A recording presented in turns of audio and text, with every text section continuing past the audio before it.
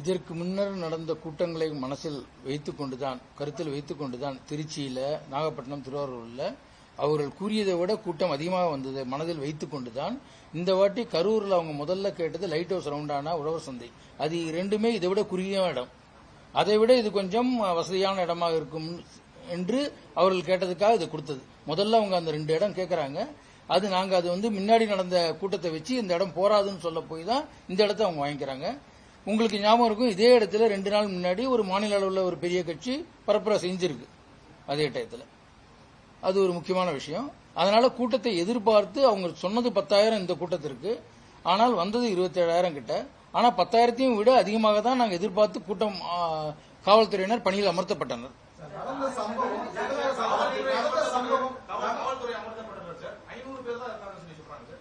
ஆமா, அந்த இடத்துக்கு 500 தான். ஏன்னா அந்த இடம் உங்களுக்கு ரோடு தான். அந்த இடத்துல அதுக்கு மேல நிக்கிறதுக்கு போலீஸ் இருந்தாங்கன்னா மக்கள் கூட நிக்க முடியாது. அதுதான், அதாவது அந்த இடம் கரூர் ஊருக்குள்ளார கரூர் ஈரோடு ரோடு மேலேயே இருக்கு. அதனால ரோடு மேல அதுக்கு மேல உங்களால டிப்ளாய் பண்ண முடியாது. அந்த இடத்துல தான் இருங்க, ஒரே நிமிஷம் சொல்றத கேளுங்க. இது மாவட்டத்தில் கலெக்டர், எஸ்பி மீட்டிங் போட்டு அனைத்து கட்சிக்காரர்களுக்கும் அறிவிக்கப்பட்ட ஒரு இடம். அதனாலதான் இந்த இடத்துல இதுக்கு 2 நாள் முன்னாடி வேற ஒரு பெரிய கட்சியும் நடத்திருக்கிறாங்க. இன்னொன்னு முக்கியமா குறிப்பிட வேண்டியது என்னன்னு நீங்க பார்க்க வேண்டியது, இதுல பர்மிஷன் கேட்டது காலையில 3 மதியம் 3 10 மணி வரைக்கும் தான் பர்மிஷன் அந்த இடத்துக்கு கேட்டிருந்தது. அந்த தமிழக வாழ்வுரிமை கட்சி ட்விட்டர்ல, அவங்க ஹெட் குவார்டர்ஸ் ட்விட்டர்ல 12 மணிக்கு வருவாருன்னு போட்டிருந்தாங்க. 11 மணிலேருந்து உங்களுக்கு கூட்டம் வர ஆரம்பிச்சிருக்கு. கடைசியா இவர் வரும்போது 7:40. ஆமா, தமிழக வெற்றி கழகம் தான். என்ன, கடைசியா இவங்க வரும்போது 7:40 ஆயிடுது. அதனால காலையில 11-12 சேர்ந்த கூட்டம் அங்கேயே இருந்தது. அவங்களுக்கு போதுமான அளவு தண்ணி, சாப்பாடு இதெல்லாம் இருக்காது இந்த வெயில் நிலைமையில. அது ஒரு முக்கியமான பாயிண்ட். இதுல யாரையும் குறை சொல்றதுங்கிறத விட ஃபேக்ட் நம்ம சொல்ல வர்றது எல்லாமே ஒரு factual position. Twitter handle 12 o'clock வராங்கிறதுனால மக்கள் வந்துகிட்டே இருந்தாங்க. 2வது பாயிண்ட் நீங்க பார்க்கணும் என்னன்னா, அவர் வரும்போது வரவேற்பு ஒரு இடத்துல நடக்குது, அங்கேருந்தே கூட்டம் பின்னாடியே வருது. அங்கேருந்து கூட்டம் வரும்போதே ஊருக்குள்ள ரொம்ப கஷ்டப்பட்டு போலீஸ் தான் அழிச்சு கொண்டு வராரு. அது அவரே திரு விஜய் அவர்களே உங்களுக்கு ஆரம்பத்தில் சொல்றாரு, போலீஸ்காரர்கள் சிறப்பாக செய்தாரு, நாங்க வந்தோம்னு. அதனால கூடவே அந்த வர கூட்டம் இருக்கு பாருங்க, அதுவும் நிறைய சேர்ந்துகிட்டே வருது. சார், குறிப்பா நம்ம சென்னையிலே பாத்தீங்கன்னா 5000 மக்கள் கூடுவாங்க, 2000 போலீஸாவது போடுவாங்க சார். ஆனா இங்க 10,000க்கு மேல போடுவாங்க ஏற்கனவே சொல்லிட்டாங்க. ஆனா எதிர்பார்ப்பு 25,000க்கு மேல. ஆனா எப்படி 5000?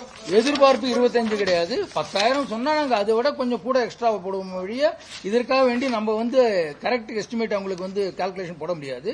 இதுக்கு தான் நம்ம கண்டிஷன் போடும்போது 1வது முக்கியமான கண்டிஷனே கட்சி தொண்டர்கள் ஒத்துழைத்து அவர்களை சீராக அழைத்து வைத்து சீராக அமர்த்த வேண்டும்ங்கிறது ஒரு கண்டிஷன் போடுறோம். ஏன்னா அவங்க தான் ஆர்கனைஸ் பண்ணும்போது இதெல்லாம் கொண்டு வரணும்னு. அதனால நம்ம போலீஸ் எக்ஸ்ட்ரா ஹெல்ப், எக்ஸ்ட்ரா ஒர்க்க வழிய இதை போலீசார் 27,000 எதிர்பார்த்து போடணுங்கிறது எதிர்பார்க்க முடியாது நம்ம. சரி, அடுத்தது ஏங்க,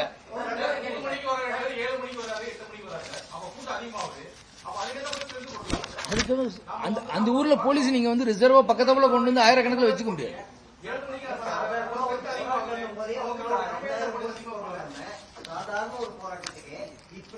இது நாமக்கல், கரூர், எல்லா ஊருக்கும் அவர் வண்டியில போயிட்டு இருக்கிறாரு. எல்லா இடத்துலயும் நடக்கிறது தான். இதே நாமக்கல்ல அன்னைக்கு நடந்திருக்கு, நம்ம பந்தோபஸ்து கொடுத்திருக்கிறோம். அதனால இது எதனால நடந்ததுங்கிறது விசாரணைக்குள்ளது. அதை பத்தி நம்ம இப்ப பேச முடியாது. அதுக்கு உண்மையான ஹானரபிள் ஜஸ்டிஸ் தலைமையில் போட்டிருக்கிறார்.